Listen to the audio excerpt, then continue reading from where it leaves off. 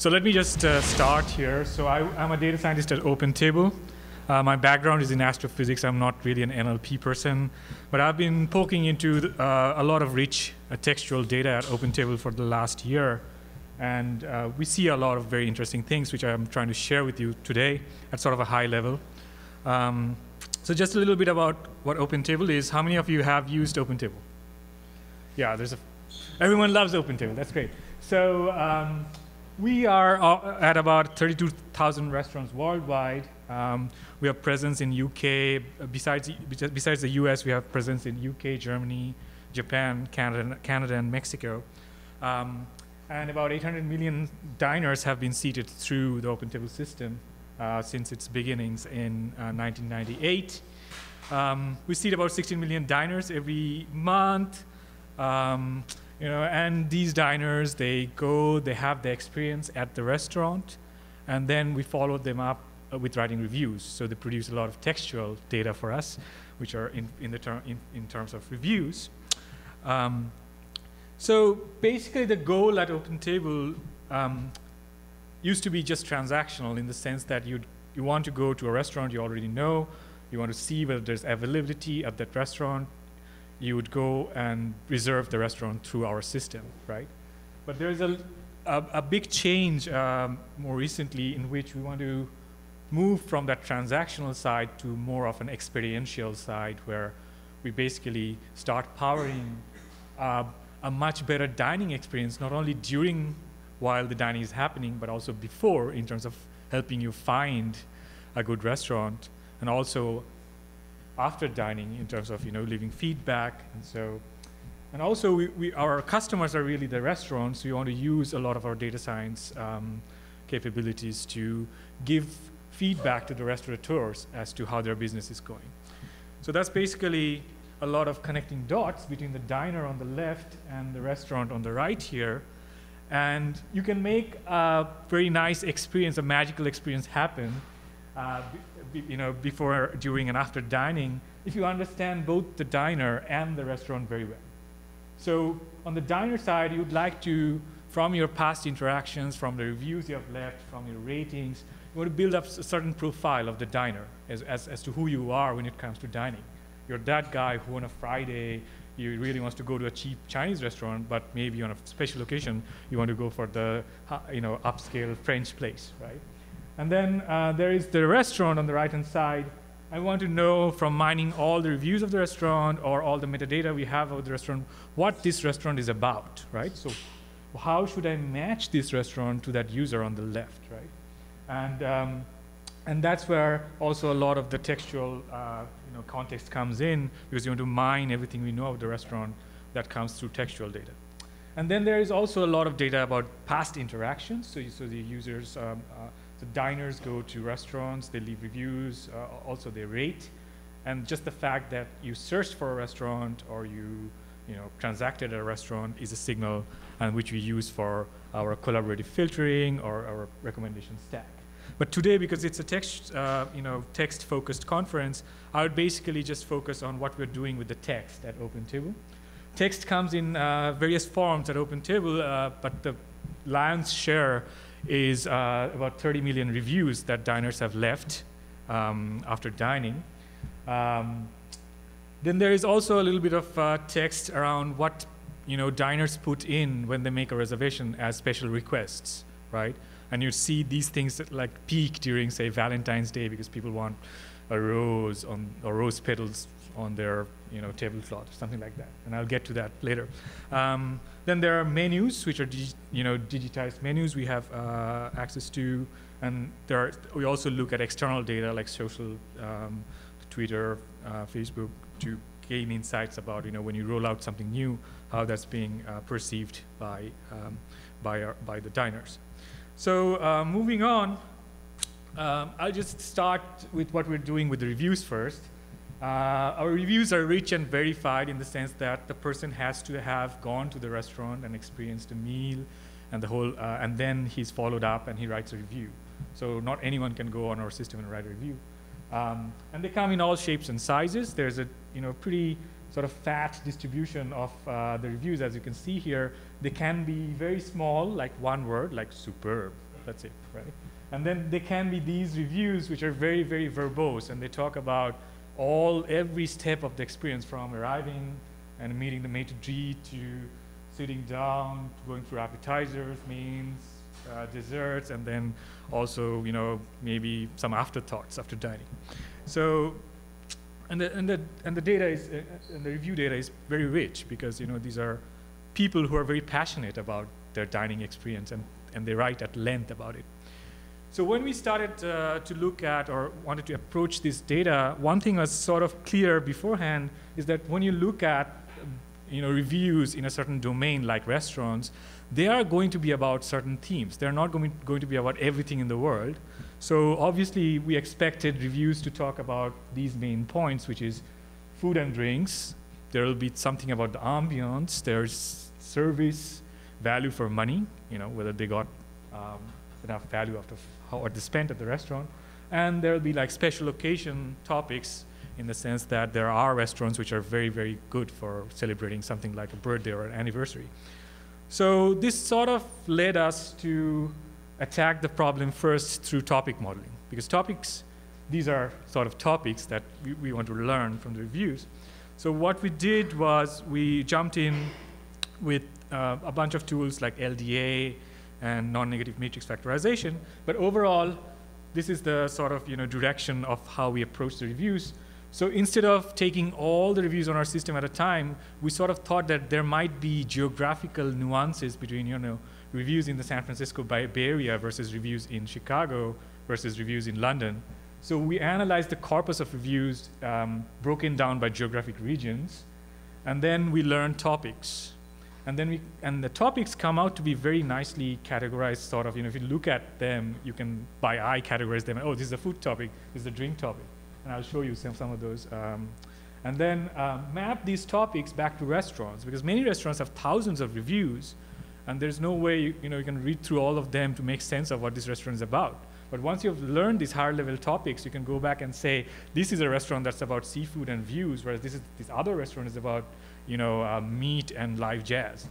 And then, because the topics are basically learned bottom up from the reviews, once you learn the topics for a restaurant, for every topic that's important for that restaurant, you also can tie it back to the reviews. So you can say, show me all the reviews that are most relevant to the view topic. And these reviews will have a lot of information about what sort of views you get at that restaurant. So we experiment with a bunch of tools, but it's pretty easy to actually learn this topic very cleanly with non-negative matrix factorization. There's one sort of detail in there, is that the algorithm needs to be initialized with the NND-SVD version. So there are various versions you can seed the algorithm with. But to get interpretable topics through NNNF, that initialization is, we found it to be very important. So what do? You have a document and word matrix. So in the vocabulary, it could be something like 100,000 words, and we have, say, 10 million reviews or whatever, and you break it down into these two matrices with the constraint that it has to be non-negative, and you can then interpret these things, which is, suppose we learn a 200-dimensional topic space. So this matrix T up here is 200 by 10,000 matrix, and every row in that you can interpret it as a topic. And this is how they look. So basically, you can see by looking at the topics, here is a fish, very fish and chips, grilled tacos, so fish-centric topic on the left. There's topic, people talk about noise at the restaurant. It's difficult to do conversation. And then there is views of the Bay Bridge. So this is all from San Francisco. So you can see there is Bay Bridge, East Bay, Bay views, parking being easy or very difficult, and valet. There is sushi, there is server being helpful, Sunday brunch, crab and Dungeness is very, very San Francisco topic here. And then there's the topics about celebrating an anniversary or wedding on the bottom right. So, so you can see that topics come out to be very, very thematically, condensed and focused on very certain specific aspects of dining. And so it's not very hard to just go and categorize them into a food topics. So here you have steak and dessert on the left, drinks, wine, and bar scene, ambience, music, jazz, and view, and then value, service, and occasions, right? So people go Valentine's Day, Mother's Day, Father's Day, birthday, and that's a topic by itself. So that's all good. So how do you use that, right? So you now have all these, like, say, 100 topics that you learn from all the reviews, but how do you go back and use it? So basically, the first thing we did was to collapse the topics for all the reviews within a restaurant. So basically, suppose a restaurant has 500 reviews. For every review, you have a distribution of these topic weights, and then you can squish them down into this one vector, which is my average topic weight for this restaurant. And you can look at the top topics for that restaurant. So suppose you're at a restaurant which is by the bay and has excellent seafood. The seafood topic and a view of the bay topic would be the highest weighted topics in there. And I'll show you examples here. So this is just a different visualization of the topics. So every little bubble here is a topic, bubble cloud. And here is a restaurant, Espetus Churrasqueria, which is near Mission and Market, which is well known for its meat, right? It's a churrasqueria, of course. But without having to go through the 2,000 reviews that this restaurant has, you can basically look at the top topics that are visiting this restaurant. You can say it's not only good for meat, which you already sort of know, but they have a very good salad bar. And then you can also say people go to celebrate special occasions here, okay, and its service is top-notch. It's also very kid-friendly. So these topics basically just pop out without having to actually go through and look for whether any review really mentioned anything about being kid-friendly. So there's a lot of stuff that's not reflected in a restaurant's metadata. If you just look at the description of the restaurant, none of this is there. Not much of this is there. And by doing this sort of bottom-up approach, we were able to surface the salient features of a restaurant. And this makes topics very local. So it's ultra-local in the sense that topics let you distinguish between one restaurant and another. So if you go to Fog Harbor Fish House, which is on Pier 39, you see a lot of the topics are about seafood and crab. I love their crab. Fish and chips. But then also it boasts an excellent view of the bay. And if you clicked on that bay view thing, there will be a lot of reviews which say, we loved the view during the sunset. So it's really, if you're taking a friend who is visiting you to experience an excellent dinner and also a great view, this is a good place to go to. So, and also we found that, beyond summarizing restaurants, which is very, very local, you can also go a little bit broader in the sense that summarize what a metro area or a town is about. So here, we learned topics separately for San Francisco, Chicago, London, and New York, and you can see just the view topic is very different. First, the number of topics, which has to do with views, is much larger in San Francisco because we are very well endowed with restaurants that have views. And then you can see that in Chicago, the view is mostly about the city, the window, looking out to the lake. In New York, it's about Hudson River or the New York skyline, Manhattan.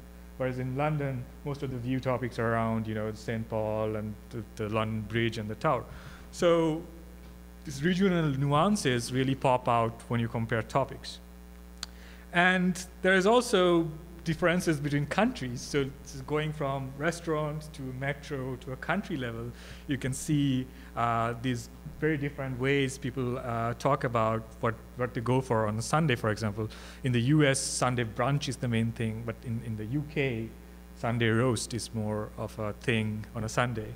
And if you look at what people say around the topic of wine, we always talk about wine pairing here, but the chosen word in UK is wine matching. So this is something, it does not look like, it will have immediate business value, but when you look at, when marketing people go and write copies about emails that they have to send to, these kind of small nuances are what matters. Topics on certain special days. This is really something I like. So we wanted to look at, what polarized people on Valentine's Day, right? So Valentine's Day is one of the biggest days for us. And people leave a lot of reviews after their experiences.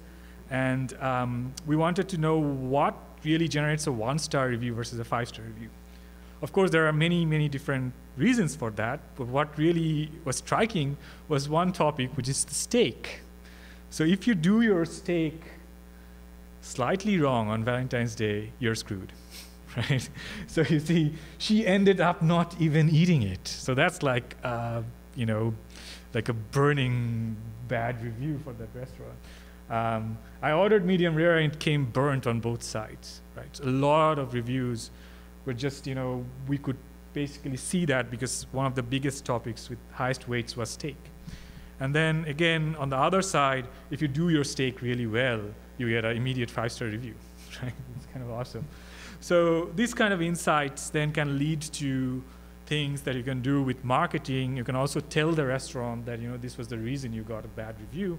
And also, we do have a blog that's restaurant facing. We have a blog that's tech blog, where we write about our data science and other technology things. We have a blog which is more like diner facing, but we also have a restaurant facing blog called Open for Business. And this story ran there where we highlighted the most polarizing things about Valentine's Day, and it was really useful to the restaurants.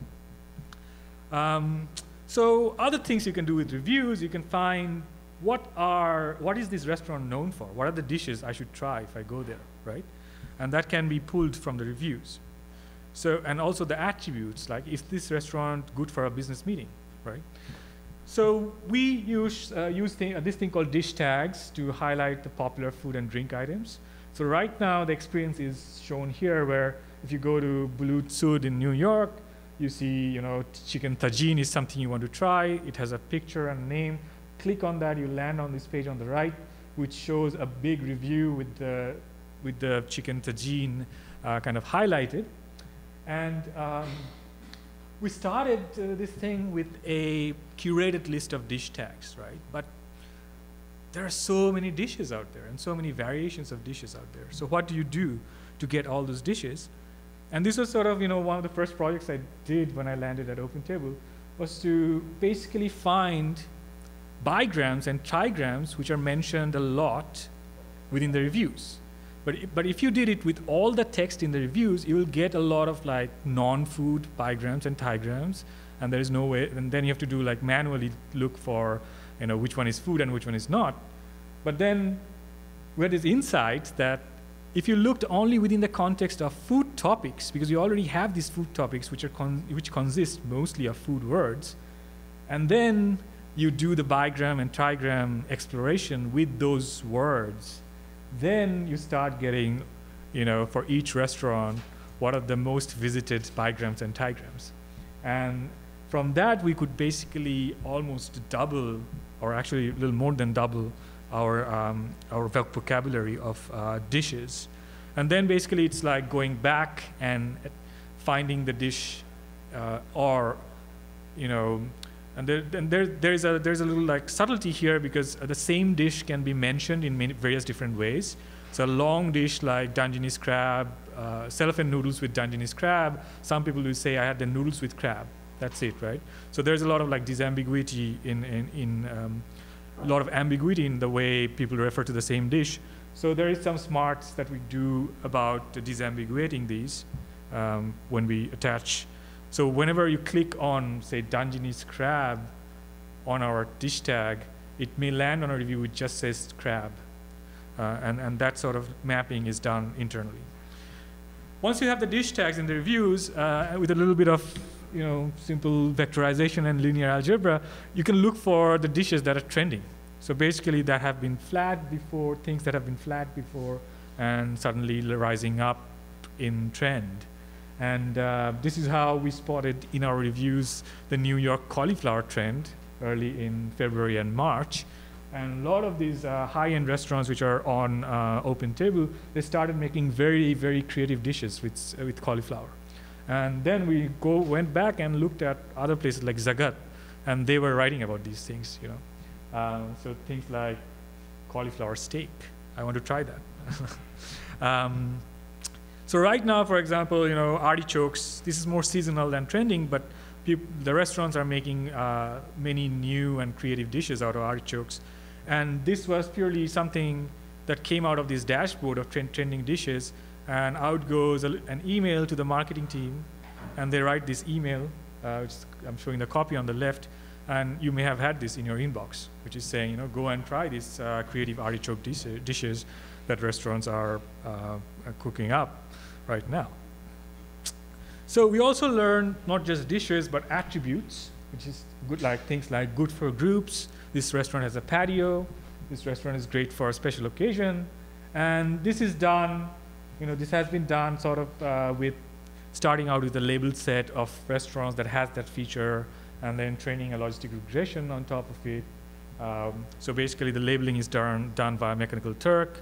But the nice thing is when you do this, you see these features, which is like patio might actually map to features like, these are obvious features, which is outdoor, but then there is raining, sunny, smoke, things you can see while sitting on the patio, right?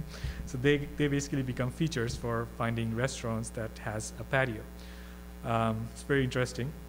The other thing you can do, so now that you've learned to associate dish tags and attribute tags to restaurants, you can look at a user or a diner, and this is our CTO, and can look at his previous dining experiences, right? So, I mean, you can look at all the restaurants you have transacted at in the past, and then you can build up sort of a profile of this user, because you can aggregate all these attribute tags across the restaurants. You can do it also with dish tags. So if I only go to steak places, steaks will come up as a big thing in my tag cloud, so to say.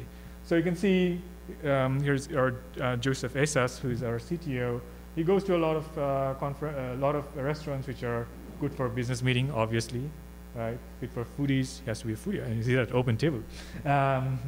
Romantic. I don't know much about that, but you can see like this is sort of his profile, and then you can also look at what cuisine types he goes to a lot. And these kind of things helps create the, sort of the dual of the information about the restaurant, which is the more information or profile of the diner. And then this can then feed recommendation algorithms where we try to match diners with restaurants. So that was all based on topic modeling and, regression and sort of doing some fuzzy matching. But then we started to look into sentiments a bit. And the reason for that is we thought, we show this dish and the photo, what if we also show a little snippet of a review around the dish that gives it more, ground truth that this is something that someone really liked. And that you cannot do without doing a little bit of sentiment analysis, because you can pick a 5-star review and you can pick the sentence that contains a dish, but it might just say, I tried the fried chicken at Foreign Cinema. It has no value as to whether it's good or bad.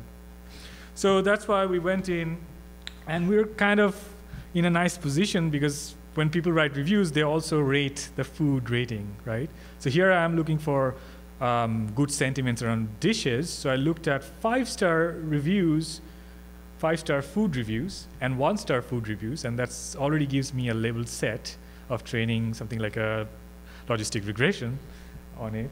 And a very simple hyperparameter search gives you like 98% precision on this sort of predicting the rating. And these are the features. So these are features for a spectacular dining experience. Excellent, recommend, great service, attentive, good. These are words that highly predict what a good review is about. And these are the words: slow, salty, worse, disappointed. It's like worst manager, won't go back. Those kind of things are predictive of a bad experience, right? So what we did with this was, we go from a dish, which is on the left here, goat stew. This is at Coke Curry, which is also near Embarcadero. And there are many, many reviews that mention that dish, right? And so you can pluck the sentence that contains that dish, but then you have so many candidates to show. So which one do you show? So basically, now that you've learned a model that predicts sentiment on reviews, you can use that model on sentences too. And so basically, we choose the sentence that has the highest sentiment about this dish. And doing that, we found really nice snippets that we can now surface in the app. It's like lobster avocados were to die for. So it knows that to die for means really good when it comes to food, right? Maybe very different in some other respect.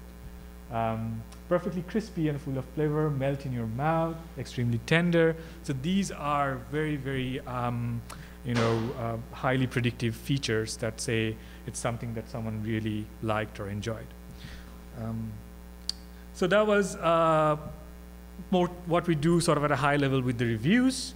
Beyond the reviews, you also have diner notes and requests. So this is when you're making a reservation on OpenTable, there is a space where you can put in special requests. And we looked at those for various occasions. So we looked at Valentine's Day, and this gives you a lot of comic relief because there are some requests that are pretty awesome. Like, if possible, we'd like a waiter with ponytail, longer hair, and or accent. I don't know where that came from, but that was hilarious. Draw a puppy on a piece of paper and leave it on the table. So these are kind of like requests we get. But then you can do some sort of analysis as to what's the most requested feature, and also how has that been trending over time. And this gave us some really nice insight into like what's really highly requested these days are booths during Valentine's Day.